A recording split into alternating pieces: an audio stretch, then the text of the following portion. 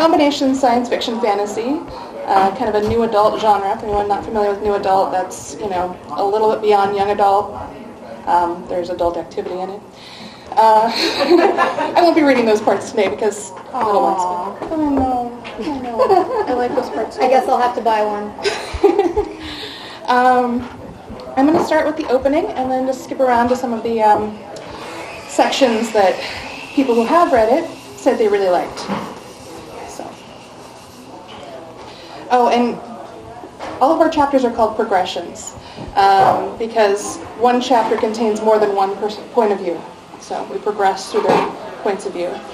And if you're wondering why there are two authors on here and they're not here, it's because my author is very shy and she will not be coming to these events. It's all up to me. Okay. Progression 0. Ordinary world. A slight young man in a hooded sweater slipped into the foyer of an aging apartment building behind one of its residents. No one took note of him under the fluorescent light as he stalked up the stairs with purpose toward his destination. He counted his heartbeats to keep track of time. 2 minutes. The urgency pushed him forward. He came to the apartment door he sought and ran his hand in front of it, feeling for the locks. Teasing the bolt from the lock strike plate with a gesture and a thought, he heard the metal slide away. The knob turned with ease and he stepped inside. The room appeared far smaller than he expected, no bigger than a walk-in closet with minimal furniture.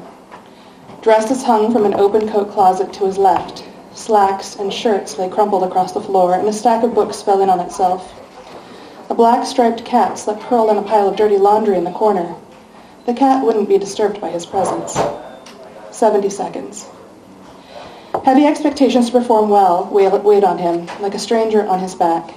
He recalled his instructions and the humorless voice who gave them. Place this under the chair. Avoid all contact. You must be away before 8 hours and 2 minutes after midday.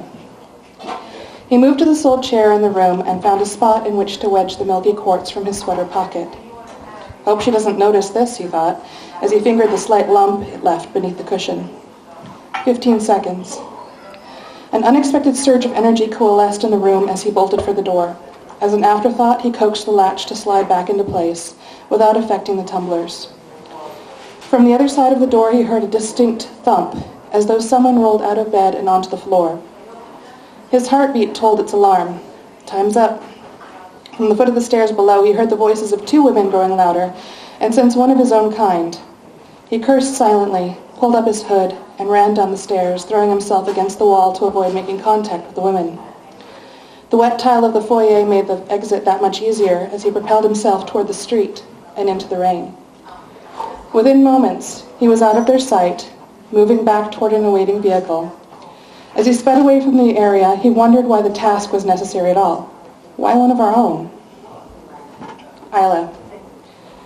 The car's brakes squealed on impact against my leg. I tumbled, broken from knee to ankle, a pain surging white. Nearby, Jasmine screamed, "Isla!" Before I could let out more than a gasp, a man's hands pulled at me, tugged, dragging me back off the leaching cold of the asphalt. I wanted to cry out, to collapse in the arms holding me, but narrow fingers swept across my leg as if brushing dirt. I dared look down. No sight of bone-breaking skin as expected, only a fast-welling blotch of purple and red where blood pooled beneath flesh. I glanced up, and a pair of blue eyes stared at me beneath a stray lock of hair, the color of oats. The stranger's nose seemed too long and beakish, a bird's nose. The car's engine roared, and I caught a glimpse of the driver between the swish-swish of wiper blades. He possessed the same face as the man holding me, down to the full lips beneath the beak. The driver regarded me with a mix of shock and scorn and stomped on the gas, cutting through the evening traffic, heedless of the danger. The first twin's arms remained wrapped around me, a breath caught in his throat as though he meant to say something. A voice called behind us. A woman with coiffed hair, soaking in the downpour, sneering at me, and hooked her elbow at the man. He offered a slight bow and straightened, returning to his companion and her proffered arm. The tall man's companion muttered under her breath as he stole a final glance back before the door closed. I stood dazed, staring back at him. I forgot to thank him. Jasmine's rose-brown face revealed concern. She gathered me up and helped me home. We held fast to one another, clutching tight to a meager saffron umbrella. Both of us laughed in giddy shock to have survived the evening's drama. My socks squished inside my shoes with each step, leg muscles aching from the impact of the car as we walked beneath flickering orange streetlights and past ambient store windows. Outside my building, the heavy pulse of a stereo blasted through the walls and window and out into the street. The moment we came into the foyer, Jasmine shook out her umbrella, set it aside, and bent to check my leg. She lifted the hem of my skirt. Shh, that's going to be a nasty bruise in the morning. That car came out of nowhere. I'll be fine. I've got something for it upstairs. Thanks for dinner and the walk home, I said. You're lucky it wasn't worse, Jasmine said. I'm lucky you were there to give me a hand home. Jasmine gave me a tight hug as though still shaken from witnessing the hit and run. Her dark brown hair tied up in twin puffs brushed against my cheeks, and I breathed in the scent of Jasmine's jasmine oil, wishing for a little more time with her. A young man in a gray hooded sweater rushed past us, breaking up our embrace. He crashed into the wall in a dramatic display, as though fearing to touch either one of us. Leaping, a gazelle in the hall, he skittered across wet tiles out the door without a word. We watched the interruption before Jasmine turned. Will you still be up for study group tomorrow night? Yes, I said, an emphatic smile plastered on my face despite the pain. I could use some help phrasing things so Mary doesn't get on my case again. You've seen the comments she left on my recent assignments. Yet she preaches objectivity, Jasmine said, dazzling me with round cheeks and a broad smile. How can you objectively theorize and test human behavior? Or culture? Or define the sacred? I repeated Kathy's words from our class earlier and laughed. Jasmine's mouth turned determined as she took my hand. What about Thanksgiving? I shook my head. Can't. My sister swears she'll be coming for the holidays, and whether she does or not, I should be with Marshall.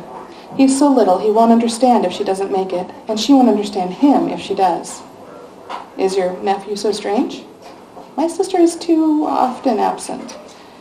Jasmine gave my cheek a kiss and checked her phone for the time. Oh, geez, if I don't run, I'm going to miss my bus. Thanks for dinner and helping me home. It was nice to get a chance to talk outside of class. I liked it too, she said. See you tomorrow? Bright and early. Oh, and be careful out there. It's slippery. As the foyer door closed behind Jasmine and the side of her receded from view, I grinned in defiance of my leg's protests. Jasmine had made the university's pace bearable, only weeks away from finals. I wanted to drown in the pools of her eyes, to sink flesh to flesh into her soft body and broad arms. I shook myself, remembering the paper on treaty law waiting to be written, and groaned. Normally I'd be ready to write about injustice, but I was tired, and ready for the quarter to be done.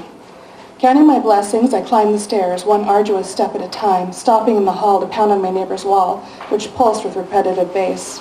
I've got to study, Ronnie. Can you keep it down? He pounded the wall back in irritation, but turned down the volume until the music was an inaudible buzz. I unlocked my room's door and dropped my bag and coat under the small sink, added as an afterthought when the building had been remodeled.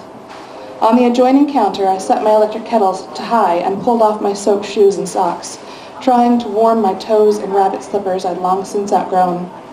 Bryony stretched and removed herself from the pile of discarded clothes, rubbing against my legs and begging for a scratch and dinner. After tending to the cat's complaints and rubbing bruise cream into my leg, I sat at my desk with a mug of tea. It filled the room with an enlivening green scent, inspiring thoughts of sunlight through spring leaves. I turned on my radio and set to the task of completing my essay, only to become distracted by email. Bryony jumped up, scattering papers as she tried to gain access to a warm lap. Watch it, I said, but she found her spot and purred, earning another scritch behind the ear. The more I tried to concentrate on the screen, the less the words made sense. Everything grew dim. A weariness hung over me, leaving me lightheaded. Too many late nights and early mornings caught up with me. Not now, I begged my tired brain. Just as I slipped from consciousness, I thought I saw my hands and arms lose definition, fading from sight. Bryony jumped free of my lap with a disgruntled noise. Black whirls claimed me, leaving me to dream of a candlelit room, arms thick with muscle, carrying me like a child, and thicker voices speaking in a language I couldn't place. My mind vibrated, driving away all sense and fear. Behind my eyes came bursts of color, fireworks shattering all other sensations. When the colors receded, I fell deeper into sleep, the voices ebbing away on tides of nothingness. And thus ends